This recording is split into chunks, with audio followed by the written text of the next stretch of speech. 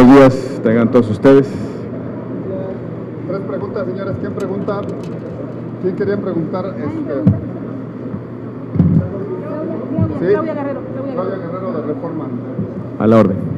Senador, gracias. Quisiera aprovechar su presencia para preguntarle si todavía a pocas semanas de que concluya el periodo de sesiones tienen la esperanza de que puedan salir reformas importantes, en particular la que propuso el presidente en materia de mando único, y también abusando de su bondad, si me regala una opinión en lo personal sobre estas revelaciones que se hacen el día de hoy, en el sentido de que el papá del gobernador de Jalisco es el verdadero coordinador de campaña del PRI y que siendo magistrado está llamando a violar la ley. Gracias. Con respecto a la primera pregunta, por supuesto que quedan condiciones en este periodo de sesiones para concluir las negociaciones sobre distintas piezas legislativas. Hay interés de los grupos parlamentarios en avanzar en la reforma en materia anticorrupción, en un conjunto de reformas que ya llevan tiempo en el Senado de la República madurando, y también hay la intención de construir un consenso con respecto a la agenda de seguridad y de justicia. El PAN está a punto de presentar, lo haremos ya en breve, la contrapropuesta a la iniciativa que ha presentado el presidente Enrique Peña Nieto sobre la distribución de competencias penales, el nuevo modelo policial en nuestro país y también sobre los mecanismos de intervención de la Federación en estados y municipios sujetos a riesgos o amenazas. Hemos sostenido un conjunto de reuniones entre los legisladores de Acción Nacional, diputados y senadores, y estamos muy próximos a concretar y presentar esa propuesta alternativa.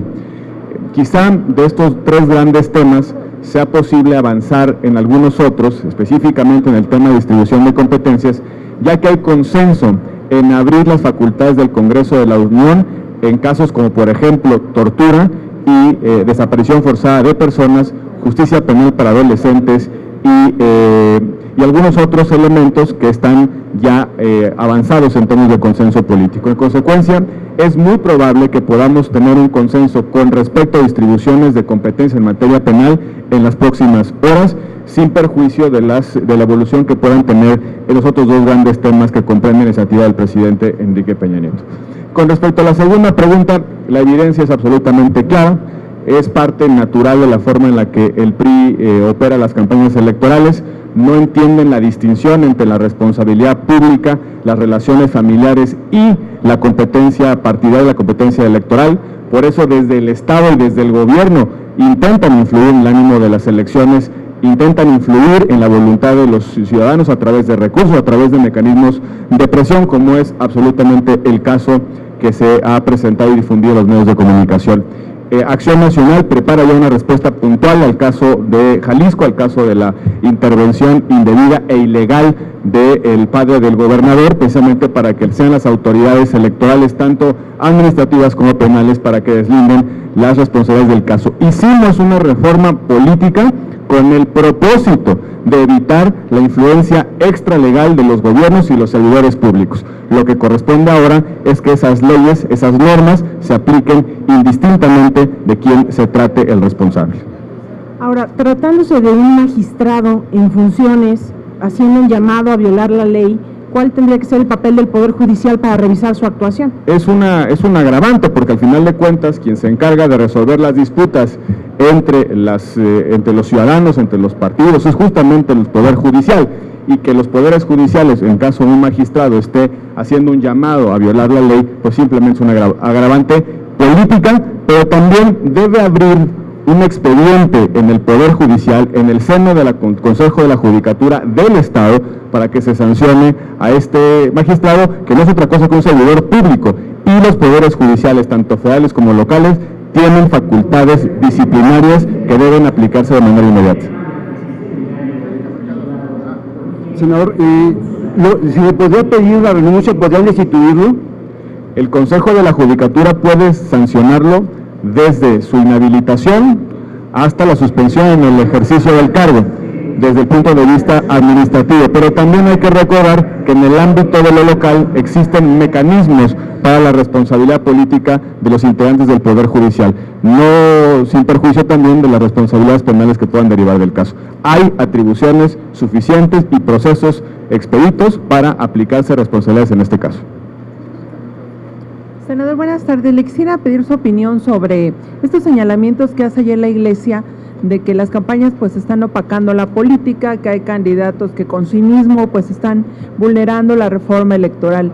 Y quisiera preguntarle si efectivamente esta reforma pues está pasando la prueba, o con este tipo de casos, ahora ya criticados por la Iglesia, pues demuestra que no hay suficientes candados. Vemos al Verde en campaña con reiteradas sanciones y continúa con esta inercia de campañas que pues les han llevado a que el INE y el tribunal ratifiquen sanciones. Gracias. Una buena ley puede quedar en letra muerta si no hay una autoridad que la aplique correctamente. No solamente está a prueba las reglas que nos hicimos en la reforma política, sino también está a prueba la valentía, la capacidad, la honorabilidad de las autoridades electorales que deben aplicarlas. Una buena ley puede quedarse como sin sentido, sin aplicación, si no hay una autoridad que esté dispuesta a aplicarla sin distingos de partidos, sin distingos de personas.